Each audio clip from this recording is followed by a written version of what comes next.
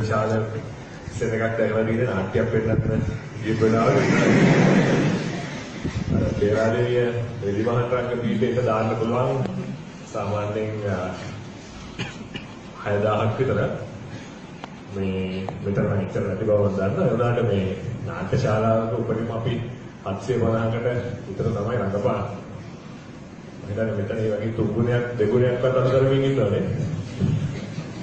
ඉතින් චර්තකෙන් අවසරයි අසංගෙන් අවසරයි ඔයගොල්ලෝ හැමෝටම සුබ උදෑසනක් කියලා ප්‍රාර්ථනා කරනවා. ඔයගොල්ලන්ව හම්බ වෙන්න ලැබීම සතුටක්, දකින්න ලැබීම සතුටක්. ඉතින් විභාගයේ ලෑස්ති වෙන අතරේ ඔයගොල්ලෝ ඒ කටයුතු කරමින් ඉන්න අතරේ වචන කීපයක් හරි කතා කරන චැට් ආරාධනා කළා. ඒක සතුටට කාරණයක්. මේ මට ඇත්තටම මේ වගේ හම්බුනාම විශේෂයෙන්ම අපේ කලින් කතා කරපු මිත්‍රයා කිව්වා වගේම නැවත මතක් වෙන්නේ අපිත් ඔය වගේම වාඩි වෙලා ඉගෙන ගත්තු කාලේ මම නම් ක්ලාස් ගියේ රොටරියට නොගියගොඩ. හැබැයි අපි ඉගෙන ගත්තේ ආර්ට්ස්. ඕගොල්ලෝ කරන සබ්ජෙක්ට්ස් නෙවෙයි. හැබැයි ඕගොල්ලන්ගේ සබ්ජෙක්ට්ස් වල යාළුවෝ හිටියා. ඒ හින්දා ඒ සබ්ජෙක්ට්ස් ගැන පොඩි අදහසක් අපිට ඒ දවස්වල තිබුණා.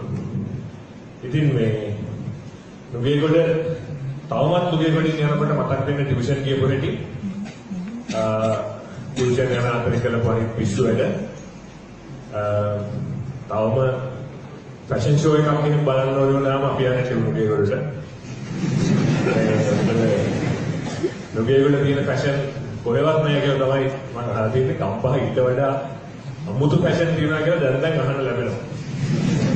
මේ මම දන්නේ කොච්චර කොහොමද කියලා. හැබැයි ඉතින් ලස්සන කොල්ලෝ ටිකක් ඉන්නවා දකින්න එක ගැන සතුටුයි.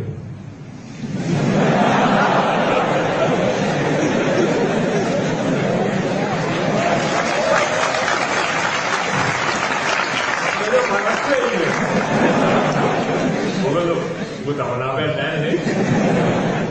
ඔබ තමනාපෙන් ඉන්නවා ඇන්ඩි කඩවසම් කොල්ලෝ ටිකක් මේ පැත්තේ ඉන්නවා. මේකට කියන්නේ මේ අපි මේ අනවිචිය කියලා. ඔයගොල්ලෝ දන්නේ නැහැ නේ. මේකට මට චන්ද්‍ර කිව්වා මේක පොඩ්ඩක් ඉල්ල බලන්න කියලා. මේ පැත්ත යන්න කලින් මෙහෙම කවුරු හරි නිකන් අර දාලා බලනවත් දන්නේ නැහැ කඩාවැටි. ආවද ඒක නවුනේ. මේකට කියන්නේ අපි අනවිචිය කියලා. ඒ කියන්නේ මේ අර නාට්‍ය කලාවේ තියෙනවා මේ කබුකි වේදිකාව කියලා එකක් තියෙනවා ජපානයේ. ඒ කබුකි වේදිකාවේ නළුවෝ මේක ඇවිදිනවා. ඒ කියන්නේ මේ ප්‍රේක්ෂකාගාරයේ මැද්දේ ගිහිල්ලා මෙහෙම අල්ලලා බලන ප්‍රේක්ෂකයෝ. එහෙම මේ එකක් මේක මරු. ඩායරෙක්ට් එක බයිලට යන්නද? ඉතින් මේ කොමාරි ඔයගොල්ලෝ ඉගෙන ගන්නවා වගේම මේ ලස්සනට අඳිනවා කියලා මම දන්නවා. මට ඒක කියන්න හිතුනේ මේ ඇඳුම ගැන පොඩි කතාවක් මතක් වුණා. ඔය කියන්නම් කොහොමද? ඒ කියන්නේ මේ ඇඳුම කියන එක ඔයගොල්ලෝ හිතන්නේ මේ ඔළුවට දාන එකක්ද ඇඟට දාන එකක්ද? ඔයා දොල්ලේ කරා. ඇඳුම දාගන්නේ ඔළුවටද ඇඟටද?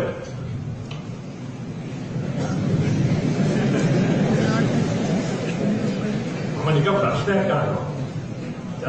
ඇඳුම දාගන්නේ ඔළුවටද ඇඟටද? කියන්නකෝ. ඇහෙන්නේ? කියනවා මොකද කියන්නේ? ඇඳුම දාගන්නේ ඔළුවටද ඇඟටද?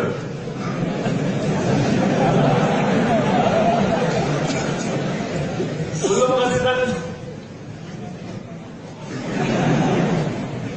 කියන්නකෝ. අදහසක් නැහැ. හරි කවන්නේ. මේ ඔය එක පැත්තක කියන්නේ හිතනවා ගාල්ල පැත්ත කියලා. නැත්තම් ගාල්ල පැත්ත නේ. වෙන්නපු පැත්තවත් කවන්නේ. වෙන්නපු පැත්තේ ආච්චි කෙනෙකුගේ සීය කෙනෙකුගේ කියලා. ඒ ආච්චිටයි සීයටයි මේ හිටියා මේ මිනිබිරිය. මිනිබිරිගේ අම්මායි තාත්තයි දෙන්නම විදේශ සේවයේ ඉඳලා ඉතින් මිනිබිරිව හදාගත්තේ ආච්චි සීයයි. ලස්සන මිනිබිරි. හරි ලස්සන පොඩි කෙල්ල. කෙලි පොඩිත්. දුටුවන් දෙවරක් හැදී බලන තරම් රූප සපෝකින් යුක්ත මේ පොඩි කෙල්ලව වැඩි කල ගෙදර තියාගන්න බැරි බව ආච්චි සීයයි තේරුම් ගත්තා. වැඩි කල තියාගත්තොත් ආච්චිලා සීයයි ලොකු කරදර වලට හම්බ වෙන මුණ දෙන්න වෙන බව වගේම මිනිබිරි ඉද්දිම මිනිබිරියක් හරි මිනිබිරියක් හරි තේරුම් ගත්තා. ඒ හින්දා මේ ඉක්මනින් මේ කෙල්ලට අපාදයක් කරලා දෙන්න ඕනේ කියලා හිතන ආච්චි සීයයි අවුරුදු 20 වෙද්දී කෙල්ලව බන්දල දුන්නා. හොඳ කොල්ලෙක් කරන හොඳ රස්සාවක් කරන තරුණයෙක් හොයලා අසාධනමල දුන්නා. ඒ වගේ කෙල්ලෙකුට තරුණයෙක් හොයාගන්න එක ඒ තරම් අමාරු කටයුත්තක් නෙවෙයි. රස්සාවක් කරන හොඳ රස්සාවක් කරන තරුණයෙක්. ඉතින් කෙල්ල අසාධනමල කොළඹ ආවා. දැන් ඉතින් තරුණයාත් එක්ක බොහොම තමන්ගේ ස්වාමියාත් එක්ක බොහොම සතුටින් සාමයෙන් කල් ගෙවනවා කියලා වෙන්න පොට ආරංචි වෙනවා. හැබැයි ඔය අතරේ ආච්චිට හරි හිතට අමාරුයි මිනිබිරි නොදැක. දැන් මේ කෙල්ලත් එක්ක තමයි මෙච්චර කල් හිටියේ. අනේ කෙල්ල මොකද දන්නේ නැහැ. අනේ ඕයි මගේ හිතට හරි නැහැ. අනේ ඕයි කෙල්ලව බලලා යන්න ඕනි කියලා හැමතිස්සෙම කල්කෙන්ද්‍රී කරනවා. ඉතින් සීයා කිව්වා ඉතින් උඹලා ඵලයන්කෝ. මොකද මගෙන් බාධාවක් තියෙනවා කියලා ඉහිල්ල කෙල්ල බලලා වරෙන් දවසක. මට මේ තියෙන වැඩ රාජකාරියත් එක්ක ඕවා යන්න ඉන්න බෑ. අඩේ බලන්නත් ඕනේ. අරන් තියෙනවා මේවා තියෙනවා. උඹලා ගිහින් බලලා වරෙන්.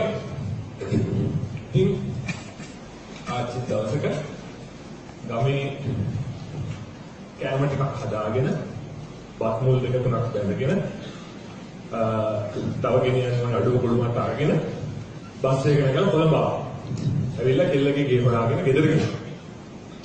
හවස 3ට විතර ගෙදර යනකොට ගිහලා දොර තට්ටු කරාම කෙල්ල ඇවිල්ලා දොර ඇරියා. කෙල්ල දැක්ක ගමන් ආච්චිට දෙලෝ රත් වුණා. කෙල්ල දොර අරින ඇගේ නූල් පොටක්වත් නැහැ. ආච්චි එරුව ඔබට විකාරද? මොනේ යකා වෙනද මේ ගිනි මද්දානේ මොකද ඔය? අයන් ඉක්මනින් ඉන්නේ අඳුමත් දාගෙන වරේ. පිස්සුද කියලා මම කොහෙද මොකද වෙලා තියෙන්නේ මේ මල විකාර වැඩ කරන්නේ? මොලේ අසනීපයක් වත්. නෑ ආච්චි කෑ ගහන්න එපා එන්නකො ඇතුළට කියලා කෙල්ල ගත්තා. ආච්චි ඇතුළට.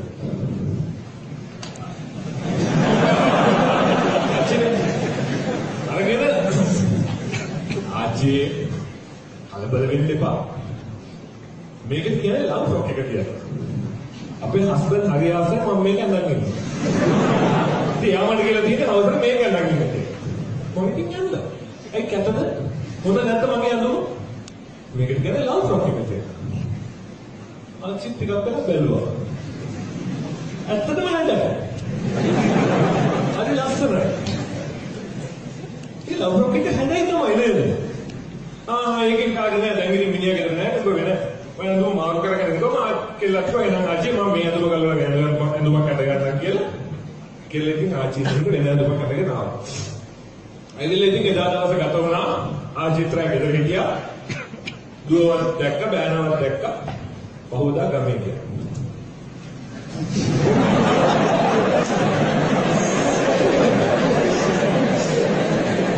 ඉතින් කොහොමද ඉස්සරහට සියහවද ගෙදර යනවා.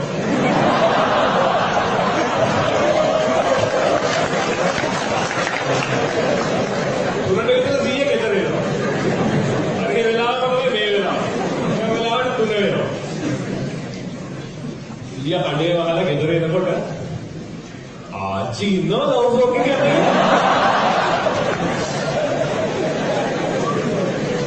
සියයට දෙලවරක් තුනක් ඇස්සිට කොළඹ දෙලවරක් තුනක්. පොට විකාරද පොට මොන මලයකා වෙරිලද යකෝ ගිහින් අඳුමක් අඳගෙන කලපාලියෝ දැක්කොත් මොනවා හිතයිද මොකද්ද වෙලා තියෙන්නේ යෝයි කලබල වෙන්න එපා මම කෙල්ල බලන්න කියන්නේ කෙල්ල තමයි මට මේ අඳුම ගැන කිව්වේ මේකට කියන්නේ ලව්වක් එක කියලා ඒ හැද නැද්ද මම මේක අඳුනා ඉතින් බැලුවා ටිකක්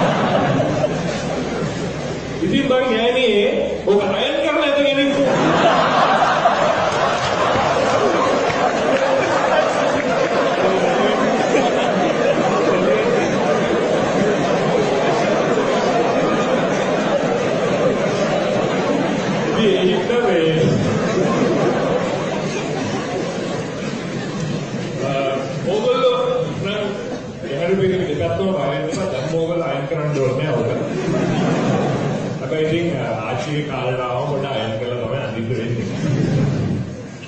ඉතින් මම මේක කිව්වේ ඇත්තටම කතාව කියන අදහසෙන් නෙවෙයි. අඳුර අඳින්නේ ඔළුවට.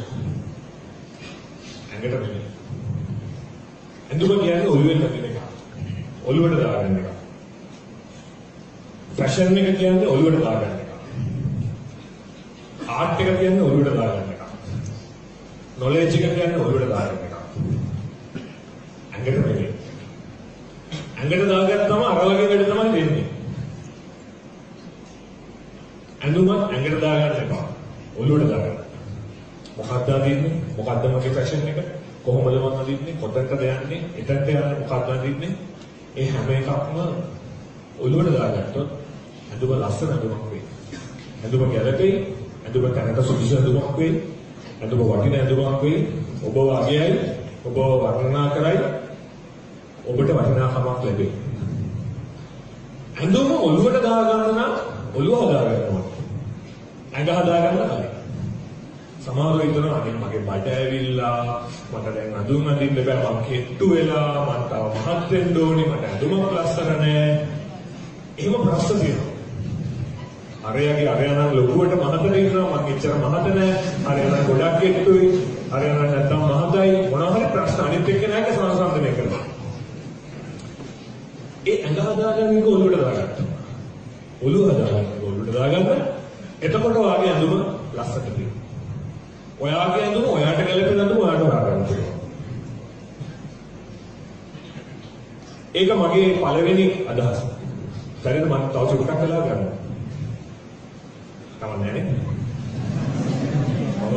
ඔයගොල්ලෝගේ සබ්ජෙක්ට් එක දන්නේ නැහැ. ඒක අහන්න එපා. ඒ නිසා මම උනාට පොඩි වෙලාවක් ගන්නවා. ඉතින්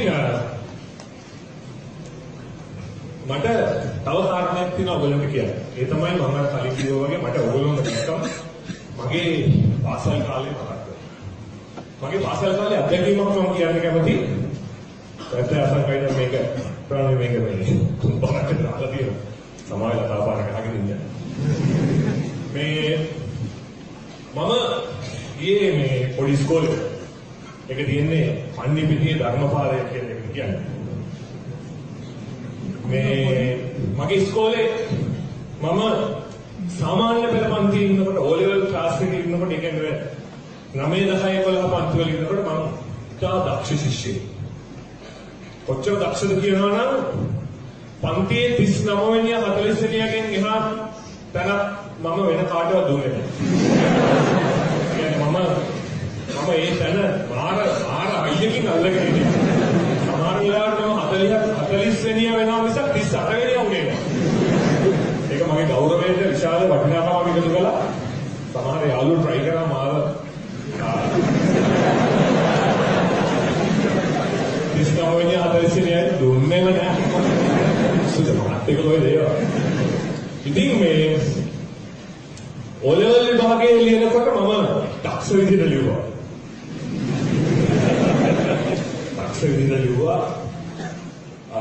කොච්චර දක්ෂද කියනවා නම් මට A level යන දෙන්න බෑ කියලා ඉස්කෝලේ කිව්වා. A level ක්ලාස් එකකටවත් මාව ගන්න බෑ කියලා කිව්වා. ගන්න බෑ ඔයාට A level කරන්න සුදුසුකම් නැහැ කිව්වා. ඒ නිසා ණයට අරගෙන එන්න කිව්වා මොකක්ද එකක්. ඔයගොල්ලෝ දන්නවනේ මොකක්ද සීන් නැති රනේ ණයට ලියන්න ඕනේ. ඉතින් මේ අපි හිටියේ පොඩි ගෙදරක අපේ ගෙදරට යල්ලපු ගෙදර අපේ පුංචි ළඟ ගෙදර. පුංචිගේ ගෙදර ඉන්නවා මේ කොල්ලෝ දෙන්නේ නියුන් සහෝදරයෝ. එකෙක් මැත්ස් කරනවා අනිත් එකා සයන්ස් කරනවා මම ආර්ට්ස් කරන්න හිතාගෙන ඉන්නවා. O level results ආවම මැත්ස් එකට අපිට දෙන්නේ D ඒ දවස්වල.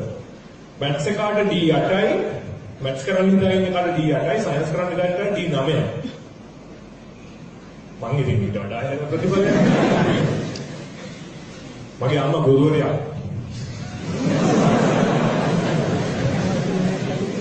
මම ආඩම්බරේ කියන්නේ මගේ අම්මා ගුරුවරියක්. වෙන ඉස්කෝලවල උගන්වලා ළමයි ගොඩාක් හදලා රටේ මෙවුන් ඇදුවට මගේ කා හදාගන්න බැරි මගෙන් වැඩක් තියෙනවද කියලා අපේ ඉස්කෝලේට මාරුවක් කරලා ආවා. මගේ තාත්තා ජාතික අධ්‍යාපන ආයතනයේ අධ්‍යක්ෂකවරයෙක්.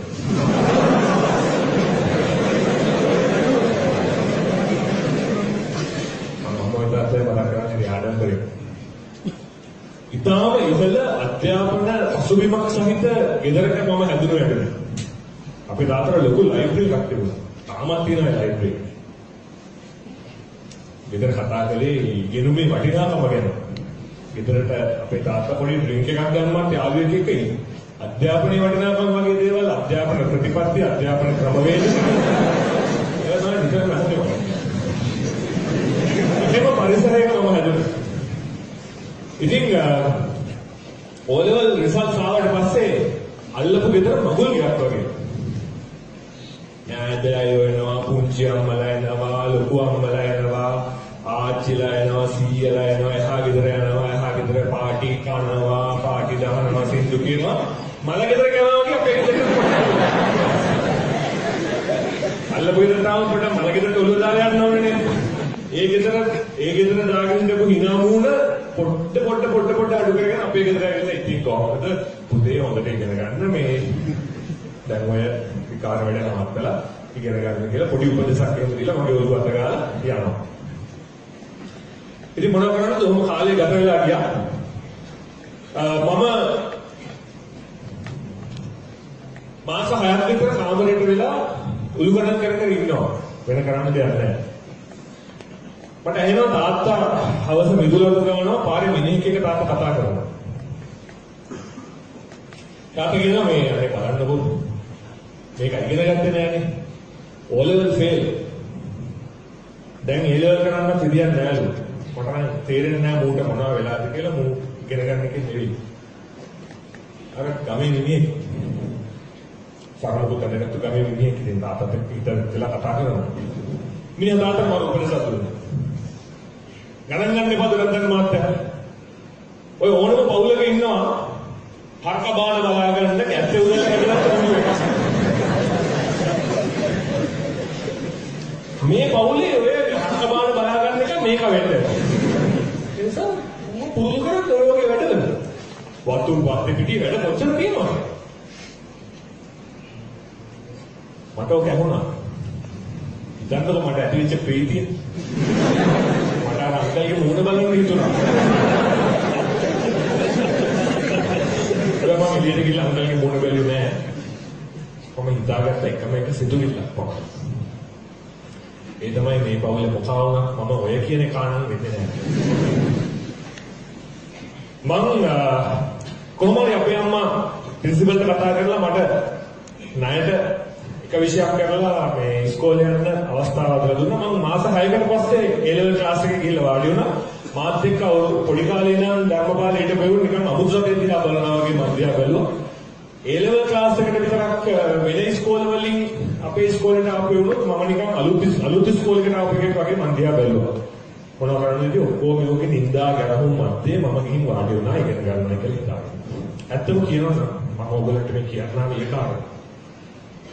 මිනිහෙකුට ජීවිතේ ඉගෙන ගන්නවා නම් ඉගෙන ගන්න ඕනිම වැදගත්ම හරිම වෙලාව තමයි මේ වෙලාව. මේ අවුරුදු දෙක මම කියන්නේ මේ A level ක්ලාස් එකේ අවුරුදු දෙක ඉගෙන ගත්තොත් හරි. මම ඉගෙන ගත්තේ අවුරුදු දෙක විතර. මම A level ක්ලාස් එකේ අවුරුදු දෙකේදී අනිත් සියලු වැඩ පැත්තකට තිබ්බා. සියලු වැඩ කියන්නේ අපිට මහලු වැඩ තිබුණේ අපදාර අංකල් කිව්වාගේ කැට්ටේ උදැල්ල වැඩ තියෙනවා කියලා අපිට ළමයි බලා ගන්න තියෙනවා කියලා ඒ දවස්වල මට තිබුණු වැඩ මොනවද? යාළුවොත් එක්ක රස්තියාදු ගහන එක, හින්දි ෆිල්ම් බලන එක. ඒ දවස්වල අපිට ලොකු හින්දි ෆිල්ම් අමාරුවක් තිබුණා. හින්දි ෆිල්ම් බලන එක, යාළුවොත් එක්ක රස්තියාදු ගහන එක, ඉන්ද්‍රහිට නාට්‍ය බලන්න යන එක, ට්‍රිප් යන එක, ක්‍රිකට් ගහන එක. ඕවා තමයි තිබිච්ච වැඩ. සියලු වැඩ පැත්තකින් තිබ්බා. ඉගෙන ගන්නවා කියලා ඇත්තටම හිතුවා. ඇත්තටම ඉගෙන ගත්තා. ඇත්තටම පාඩම් කරා. අර මොනෝමතර එහාගෙදර D8යි D9යි ගත්ත යාළුවෝ දෙන්න මාව අතෑරියේ නෑ. සහෝදරයෝ දෙන්න උන් දෙන්න මාවත් මටත් එන්නකෝ අවරෙන් පාඩම් කරනවා. අපි ඔලුවොත් එකට පාඩම් කරේ, A level එකට පාඩම් කරා. එකෙක් සයන්ස් පාඩම් කරනවා, එකෙක් මැත්ස් පාඩම් කරනවා. මම ආර්ට් සබ්ජෙක්ට්ස් වල පාඩම් කරා. අපි පාඩම් කරා. මට ඒ දවස්වල A level විභාගෙ ලඟුණා.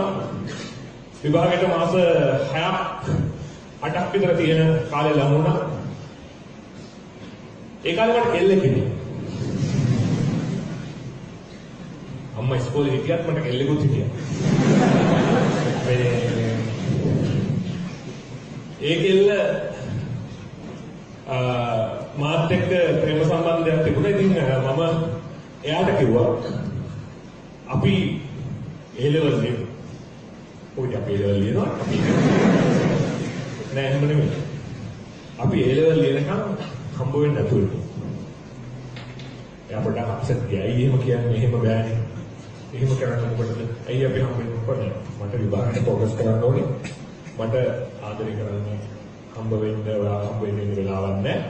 අපි විවාහය කරනවා. ඊට පස්සේ අපි නෝ. අපි ආදරයට ටිකක් නෙවෙයි කොමාවක් තියනවා. එයා මගේ අනාගත සුබ සිද්ධිය ගැන හිතලා වෙන්නේ නැති. එයාගේ තමයි සුබ සිද්ධිය වෙන්නේ. හරි. දෙවෙනි පාරත් එයා මට කිව්වා විභාගයට කොමාවක් ආදරයට කොමාවක් තියන්න. අපි A level ලිව්වා. පළවෙනි වතාවට ෆ්‍රෙෂ් අය මම කැම්පස් යන සිලෙක්ට් වුණා. කැලණි කැම්පස් එකට මාව ඉරිපත් වුණා. මගෙත් එක්ක A level වලට සයන්ස් පාඩම් කරපු එකයි මැත්ස් පාඩම් කරපු එකයි ෆ්‍රෙෂ් අය ෆේල්. ෆේල් කියන්නේ කැම්පස් යන ලකුණු මත. නැත්නම්මලයි පුංචි අම්මලයි ලොකු අම්මලයි බාප්පලයි සීයලයි ඔක්කොම අවුරුදු යනවා වගේ ආයිත් එනවා.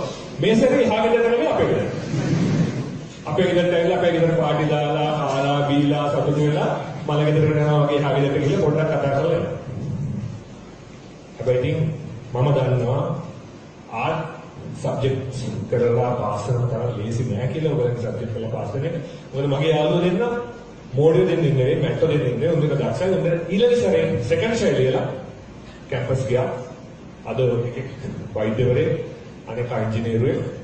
ඉතින් ඒ සහෝදරවරු දෙන්න මේ වැඩේ වල දන්නවා. හැබැයි අපි මම මගේ ජීවිතයේ වැදගත්ම කාලය ගත කළේ මගේ ජීවිතේ වෙනස් කරගත්තේ ටර්නින් පොයින්ට් එක හැදුනේ ඒ වෙනස හදාගත්තේ වෙනස හැදුනේ මම A level ක්ලාස් එකේ ඉගෙන ගත්තා. A level අවුරුදු දෙක පාඩම් කරනවා. ඔයගලන්ට ඕන නම් ඔයගලන්ව චේන්ජ් කරගන්න, ඔයගලන්ට ඕන නම් ඔයගලන්ගේ වෙනස හදාගන්න, ඔයගලන්ගේ ලයිෆ් එක චේන්ජ් කරගන්න මේක තමයි වෙලා. මම ඔයගලන්ට මේ කතාව කියන්නේ කොළඹ විශ්වවිද්‍යාලයේ ජ්‍යෙෂ්ඨ කතිකාචාර්යවරයෙක් විදියට. මම කැම්පස් ගියා.